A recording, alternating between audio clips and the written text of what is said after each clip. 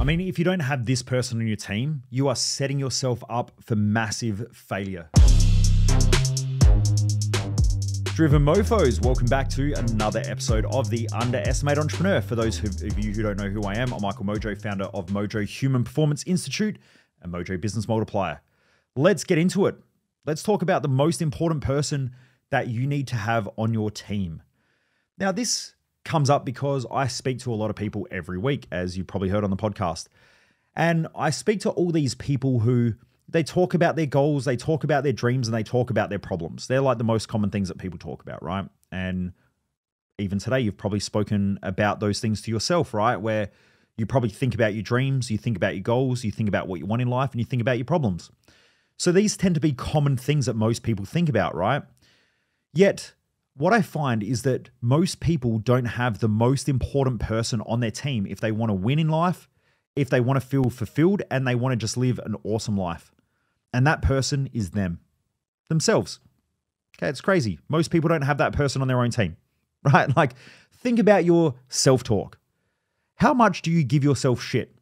How much do you talk down to yourself? How much do you talk negatively to yourself? How much do you plant seeds of worry, doubt, anxiety-causing fears in your own mind? Like, if you were a real person, like you are a real person, but if we took the person outside of your own mind and we made that into you as a 2.0, you'd probably kill that person. That person is an asshole. Based on the way you talk to yourself, the way you feel about yourself, the way you put yourself down, the way you disbelieve in you, the way you don't commit to yourself, the way you keep saying that you're going to do shit that you never follow through on, giving up on your goals all the time. Most people have the worst person inside their own head, and then they wonder why they can't win, or why they're not feeling fulfilled, or why they don't feel like they're achieving great things, or why they're just not getting ahead. Okay? That has to change. The number one most important person that you have to get on your side, that has to be in your team, on your team, and ready to go to war with you is you. You have to get that internal voice inside your own head to be your biggest raving fan. Now, how do you do that? Well, you got to keep working on it, right? It's not just going to change in a moment. It means that you've got to keep catching that talk and changing it and flipping it around. Now, these are some of the things that I do to keep that going. Every night, I try to write down my wins for the day. And even when I have had the most shittest motherfucker of a day, I grab my journal and I write down, what are my wins for today? And I really sit there and I grab every little bit of win as I can, and I stack the shit out of them until I feel like the day was valuable. So if I've had the shittest day, I can say, well, you know what? I didn't flip out at someone. That's a win. I was in this situation and a customer was talking absolute smack and I didn't just rip them apart. Okay, that's a win. We're behind a bit financially this month and I didn't get stressed out and I didn't get upset. I worked on the goal. I worked on the plan to move forward. Well, that's a win. So I start looking at even the negative things and I extract the wins out of them. I extract the benefits. Because the more that I do that, the more that I realize that things are working for me. They're not working against me. The only thing that ever works against me is me. Right? Even when everybody else is working against me. I've had people get online in groups and fucking criticize me about the most ridiculous shit. Half of it I wasn't even had nothing to do with. It's just, you know how when people get in a really shitty mood, they just blame you for everything? They're telling you that you did something wrong, and then the next second they're talking about how, even now their McDonald's fries are cold and that's your fault too. And I've had that happen before. And, I have to sit there and go, okay, well, what were my wins in that scenario? Well, okay, there's some truth to what they were saying. Maybe I could have improved that product, or I could have improved that service, or I could have done something better. Okay, maybe that could have happened. I didn't unleash on them. Okay, I didn't snap back at them. That's a win. I went outside and I went for a walk to calm down. That's a win. I got up early this morning. That's a win. I had a cold shower this morning. That's a win. You've got to start looking for the little wins, even on the shitty days, and write them down, because the more that you can stack them, the more you keep creating that winning mindset. And then any time that you feel like your mind is occupied with negatives, you've got to look for the benefits, the opportunities, the positives in that mindset. In my Thrive Time event, I teach one of the most advanced mental performance tools in the world, which is called the process of potential. It's something that I created from studying a bit of neuroscience, a bit of physics, and trying to figure out how the chemistry of the brain works and so on.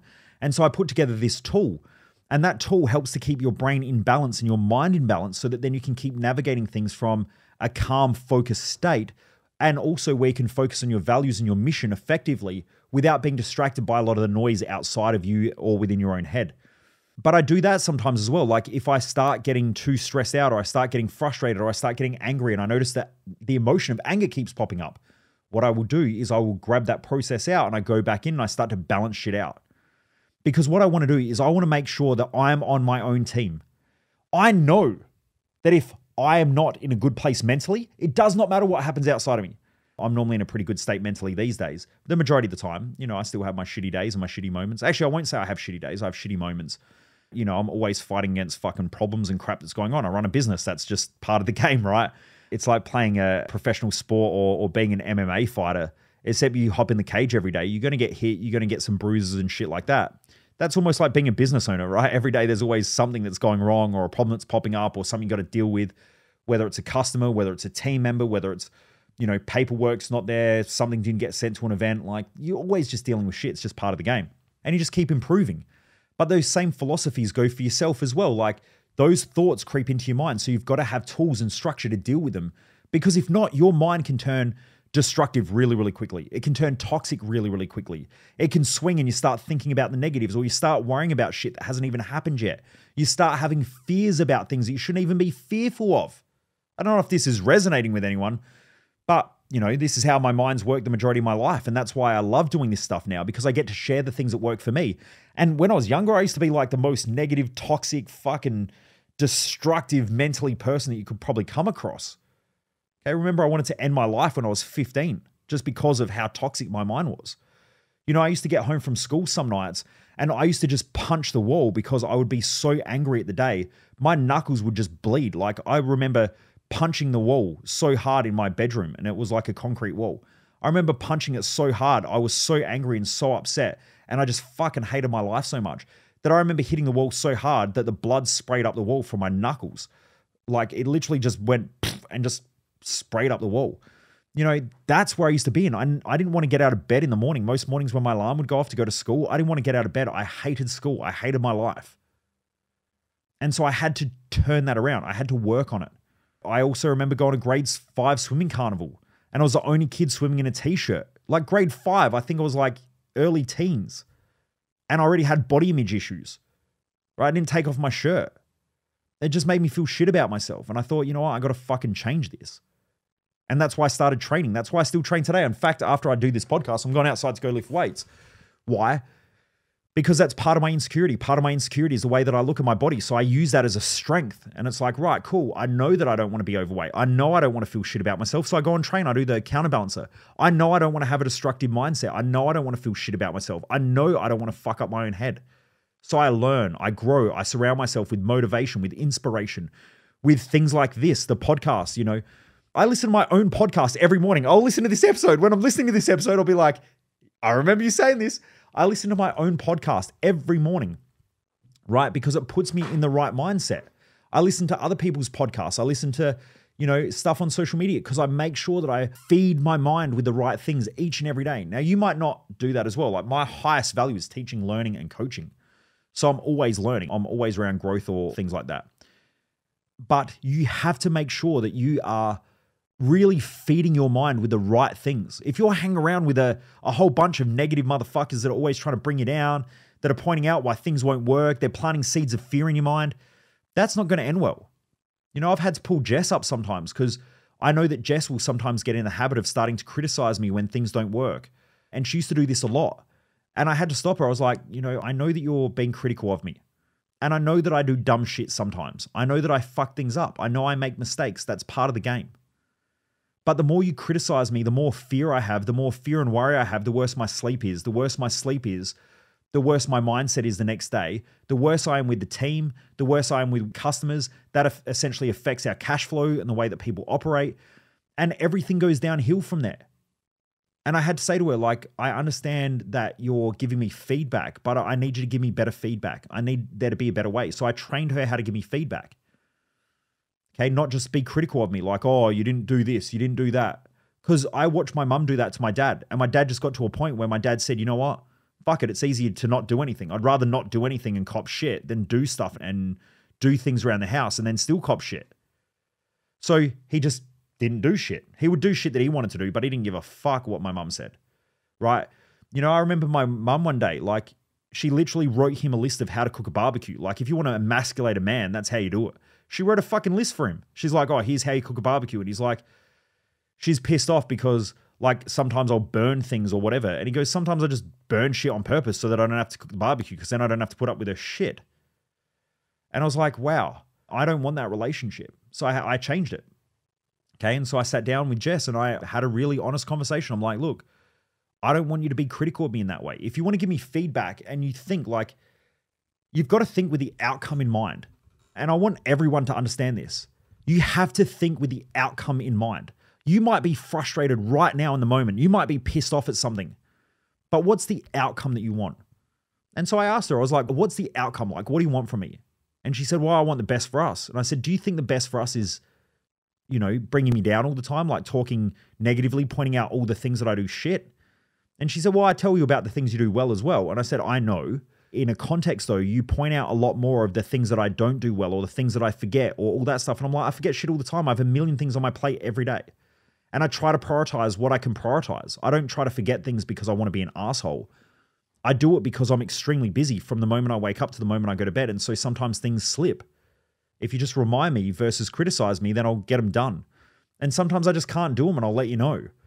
But if you're pushing boundaries as well, you're always going to be making mistakes. Like, I make mistakes every day in the business. That doesn't mean that I'm not a good business owner. I'm just smart enough to realize that if you're pushing to grow, you break things all the time. Like, you know, sometimes I break the team members by pushing them too hard. Sometimes I break systems. Sometimes I break processes. Sometimes I break myself. You know, I burn out or I work too hard or I cross my own boundaries or, you know, I load up my calendar with too much shit and I can't get it done. Like, those things happen, but they're all learning and lessons to be a greater business owner. So I learn from them and I grow. You know, when I showed her that the outcome that she wanted was for me to be the best that I can be because that creates the best for us.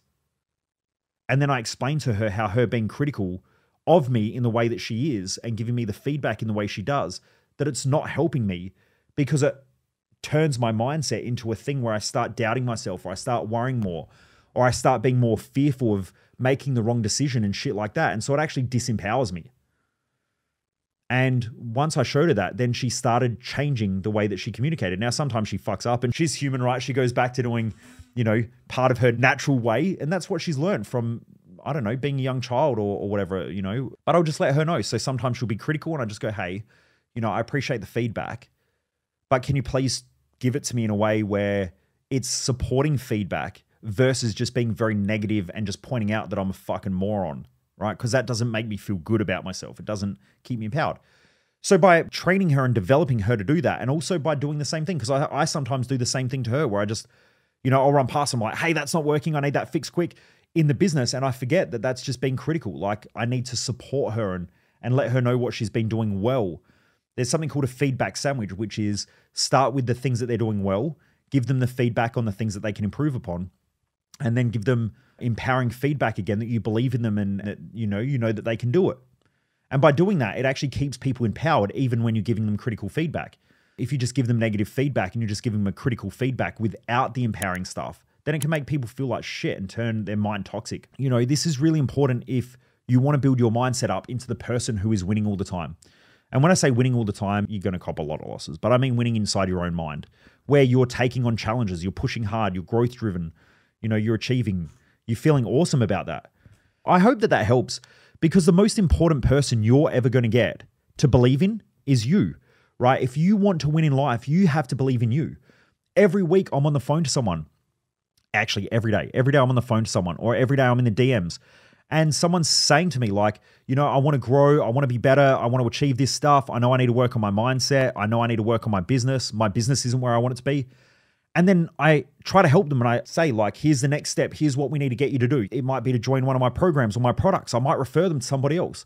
And then they come back with all the excuses. And I know that they just are in their head so much that they don't want themselves to win. They let their fears dictate how they operate, not their goals, right? They let their worries dictate how they live, not their mission. They let the people around them tell them their own standards or set their standards. They don't set their own standards. Okay, that's why they say, oh, I've got to go ask my husband. I've got to go ask my wife. I better go check. Oh, I don't know. It's, a public holiday, a long weekend. Oh man, it's after hours. Like there's always a fucking excuse. But that's not normally their excuse. It's just normally their standards that they keep setting because of the people that they hang around and the way that they communicate with themselves. They don't have full buy-in. I mean, so many business owners that say, I want to build a big business, but they don't take the actions to build a big business. They say that they want to have more time freedom, yet they don't do what is needed to create more time freedom. They want to create an empowering mindset, yet they don't do what's needed to create an empowering mindset. Why? Because they just keep falling back into what's natural or what's comfortable. And what's comfortable and natural to them is however they were brought up, the people that they hung around, their environment, the people around them. That's not good leadership though. Like if you're a business owner and you have to ask people around you how to do shit, you're not a leader. You're a fucking follower. When I get on the phone to a business owner and I'm like, right, here's what you need to do. And they're like, oh, I got to go ask my husband or my wife. I'm like, you're not a fucking leader. You're a follower. And I ask them, what happens if they say no? And they're like, oh, no, but they won't. And I'm like, then why the fuck are you asking them? Are you that stupid and do you lack self-awareness? Like, why do you need their permission? You like a fucking 2-year-old? Right? And they're trying to grow a multi-million-dollar business. And they got to go and ask their partner if it's okay. It's like, man, that is so stupid. That's bad leadership. That is just poor leadership. If your partner doesn't trust you to make good decisions, it's because you're shit at your decision making. That's really what it comes down to. Like if I have to go and ask Jess for permission to do shit in our business, it's because she doesn't trust me. She doesn't trust me because I'm a fucking moron. Because I keep making bad decisions. That's why. If I keep making good decisions and those decisions are working well, why would she question my decision making? Why would I have to run it past her? She'd be like, yeah, fuck yeah, whatever it takes, because she knows. But anyway, let's get back to it. Okay? The number one person that you need to get on your team is you. Make sure that you are on your own team. Make sure you back yourself to achieve your own goals. Make sure that you're your biggest raving fan. Make sure you believe in yourself. Make sure when you do things, you go, I'm proud of you because you did something different. You push boundaries. Don't compare yourself to other people. Like I hear people say that all the time. I work with coaches and stuff as well. And they're like, and by the way, the majority of my clients aren't coaches. It's just that they come to me because I built a very successful coaching business. But, like they'll say to me, oh, my videos aren't as good as yours. And I'm like, shut up. Why would you think that they're supposed to be as good as mine? You're comparing them to me. My videos aren't even as good as other people's. I just post shit that I believe in. That's it. All I want to do is be better. I want to post shit for my community. I don't worry about the other coaches. I don't worry about what other people are doing on social media. I worry about what I need to do because I'm trying to be better. I care more about posting for the community than I do about posting for my competitors. This is where most business owners fuck up. Like you go to most plumbers' social media pages. They're more worried about impressing other plumbers than they are their customers. That's why they post pipes and shit. They're not posting for their customers. They don't know anything about their customers. Think about what their customers want, what their customers feel. Their customers don't want to see pipes in the ground. Their customers want to see a great job. Their customers want to see human interaction. Their customers want to hear you talk about why you do what you do, how you do what you do, right? So when you compare yourself to other people, you're always going to feel like shit. You got to compare yourself to you and your own mission and your own goals. And are you matching that? If not, you're not going to be the person that you want to be and you're going to destroy your own self-worth. Right? If I compared myself to, the Grant Cardones who's doing like $4 billion because he does huge property deals and shit like that, I'm going to feel like the biggest loser. Okay, but I know that I'm a better coach in my field than what Grant Cardone is. Why? Because I focus on my customers. I focus on my audience. I focus on my skill set. I focus on growing the things that I'm highly competent at. If I try and compete with him and doing property deals and all that sort of shit, I'm nowhere near as good as him. Right? Because that's not what I'm doing. Right? If I go and look at the jack dude on social media who spends like 8 hours of his day training and food prepping and all that sort of shit, I'm going to feel like the worst person on the planet. Right, but if I'm a business owner who's got a good body and I'm jacked and I make time to train and I still run a successful business and I have a great relationship and I'm living the life that I love, I can easily share that with other business owners. Okay, and if the business owners are smart, then they'll come and learn from me as well. So it depends. You have to know who you're talking to, but compare yourself with you. You're your biggest obstacle. You're the biggest fucking problem. You need to get out your own way. You need to be your biggest raving fan. And when you do that, watch what happens. You will fucking crush it and you enjoy life. You enjoy your problems. You wake up in the morning going, hell yeah, let's take this baby on. and you get out of bed and you just can't wait to get the day started because you know that you're becoming a better version of yourself today because of whatever happens. Right? But when you compare yourself to a fantasy and all these other people out there, you're going to fucking hate yourself and you're going to not be the person that you can be. And then you're going to ask for everyone else's permission and ask everybody else whether you're doing a good job. You need to know whether you're doing a good job or not. So just remember, the number one person you need to have on your team is you. Driven Mofos, I hope this helps. Keep crushing it. Keep pushing hard. And remember, compare yourself to you. Be a better version of yourself every day. Life is about becoming the best version of yourself.